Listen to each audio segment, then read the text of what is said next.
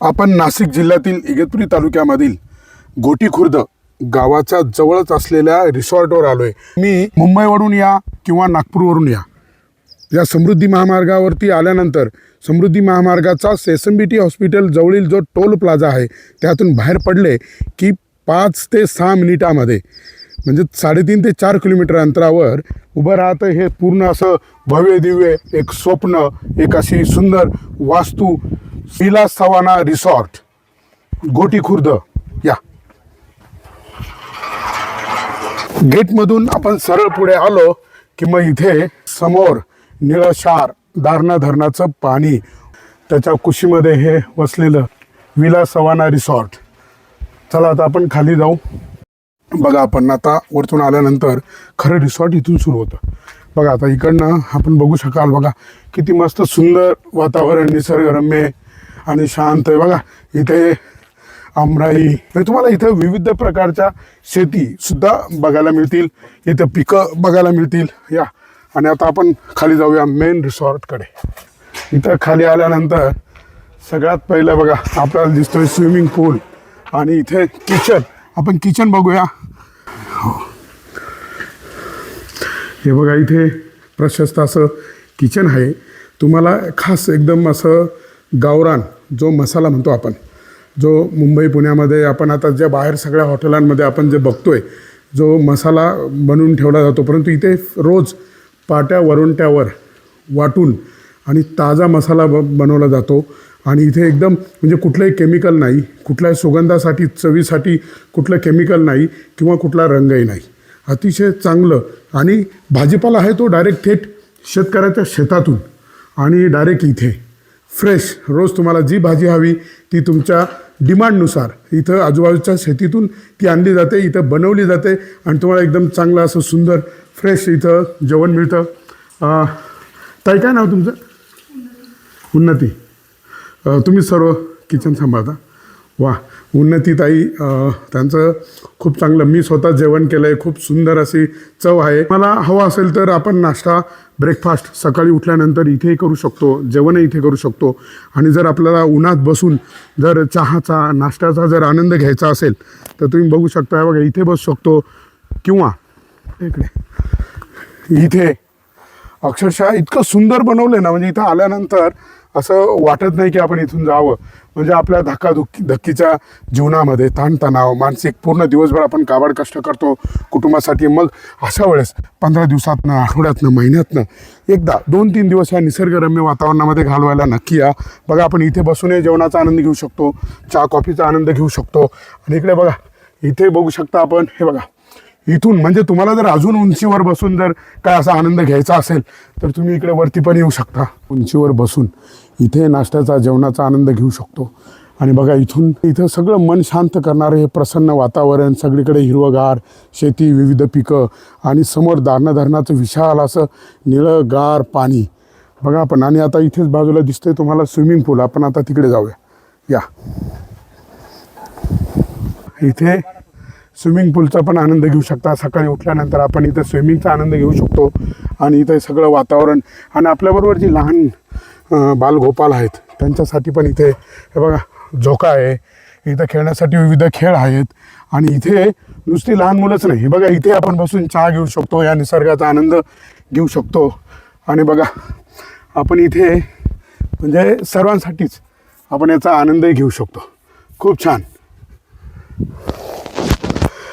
मी इथे आलो आहे, रात्री मुक्काम केला आहे, इतकं छान वाटतं आहे ना, मला इथून जायला म्हणजे अशी माझी इच्छाच होत नाही की इथून आपण गेलं पाहिजे म्हणून। इतकं सुंदर असं मनाला भिडणारं असं एक चांगलं वातावरण आहे। इथे खास एक काळजी घेतली की आपण जेव्हा पाण्यामध्ये जातो, थंड पाणी आपल्या अंगाला लागतं, पाण्याच्या लेवलला आपलं बॉडी टेम्परेचर झालं पाहिजे म्हणून आपल्याला इथे या ठिकाणी शॉवरची सुविधा आहे। हे बघा इथं शॉवर घ्यायचा आणि नंतर स्विमिंगला जायचं। सुंदर, इथे शॉवर घ्यायचा नंतर स्विमिंगला जायचं। आणि इथे चेंजिंग रूम आहे, महिलांसाठी स्वतंत्र, पुरुषांसाठी असं दोन्ही पण स्वतंत्र असे स्विमिंग पूल आहे। आणि इथे आपण खेळू शकतो, विविध गेम आहेत आणि इथे राहण्यासाठी इतकी सुंदर आणि एकदम निसर्गरम्य वातावरणामध्ये अशी राहण्याची अशी सुंदर अशी सोय केलेली आहे. आपण आता बघूया हे आतमधून कसं दिसतंय बघा. इथं आल्यानंतर असं वाटतंय की आपण जम्मू काश्मीर तिकडे कुठे आलोय की काय. या बघा एकदम मस्त प्रशस्त AC, बेड बघा, TV, खूपच सुंदर असं. इथून रूममधून बाहेर बघू शकतो. इथून इथे बसून आपल्याला हा वॉटर व्ह्यूचा आनंद घेता येतो. पण अशा ठिकाणी आपण नंतर इथं कॅरमचाही आनंद घेऊ शकतो. नंतर विविध असे खेळ आहे. आपण बघूया इथं फुटबॉल असेल, बास्केटबॉल असतील, बुद्धिबळाचाही खेळ आहे. म्हणजे आपल्याला इथे आल्यानंतर तुम्ही याल 2 दिवसासाठी आणि 5 दिवस इथून जाणार नाही, असं इतकं छान वातावरण आहे. म्हणजे पूर्ण कुटुंबासह आपण इथे येऊन विविध खेळ आणि इथे समोर असा वॉटर व्ह्यू आणि निसर्ग असं शांत चांगलं वातावरण. ज्यांच्या स्वप्नातून हे सुंदर असं रिसॉर्ट उभं राहिलं ते आपले साहेबराव खातळे, शेतकरी दादा. म्हणजे शेतकरी हा आपण म्हणतो ना, एक बी जमिनीमध्ये पेरतो काळ्या आईच्या उदरामध्ये आणि ते उगवेल की नाही माहीत नाही, उगवलं पिकेल की नाही माहीत नाही, ते बाजारात भाव मिळेल की नाही माहीत नाही, अशी जुगार खेळणारा शेतकरी, ह्या काळ्या आईच्या मातीतनं सोनं पिकवणारा तो शेतकरी.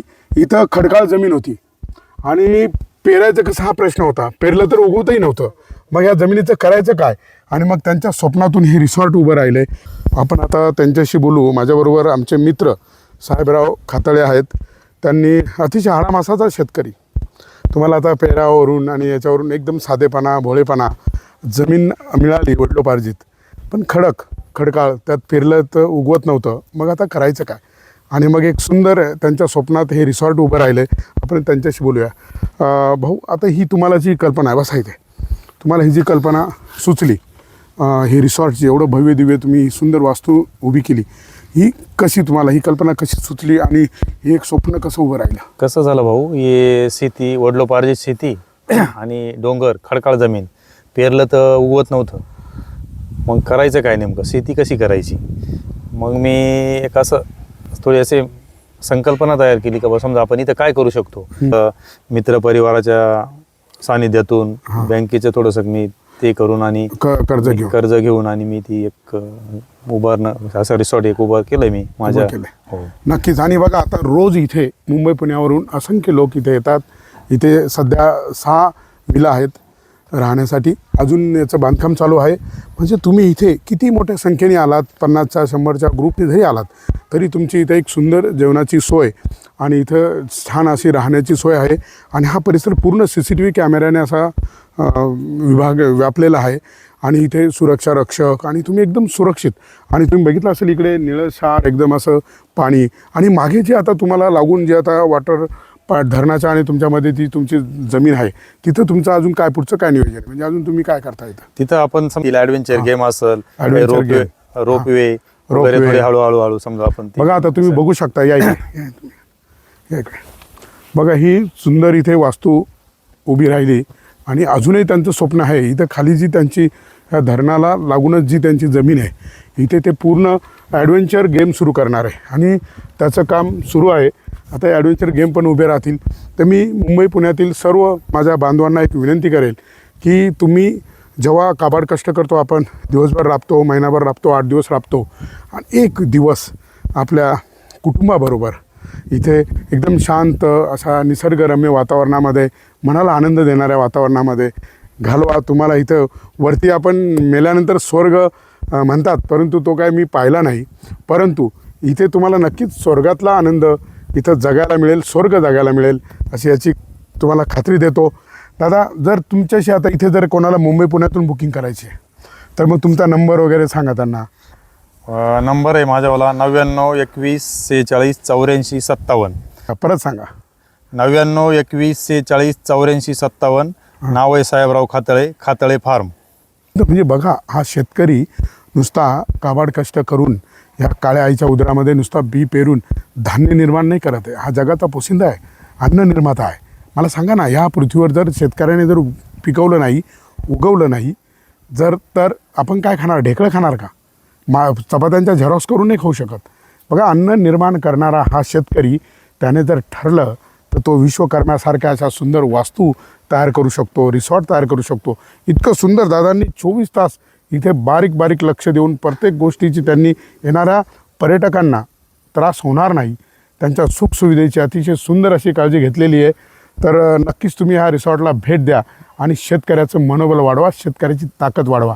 ह्या इगतपुरी तालुक्यातच नव्हे तर पूर्ण आमच्या ह्या नाशिक जिल्ह्यामध्ये एकमेव असं हे रिसॉर्ट आहे जे शेतकऱ्यांनी स्वतःच्या संकल्पनेतून साकारले, स्वतःच्या संकल्पनेतून उभं केलं आहे. म्हणून असं शेतकऱ्याच्या कल्पनेतून उभं राहिलेलं हे भव्य दिव्य विलास सवाना रिसॉर्ट एकदा नक्की बघायला या. जय जवान, जय किसान, जय भूमिपुत्र.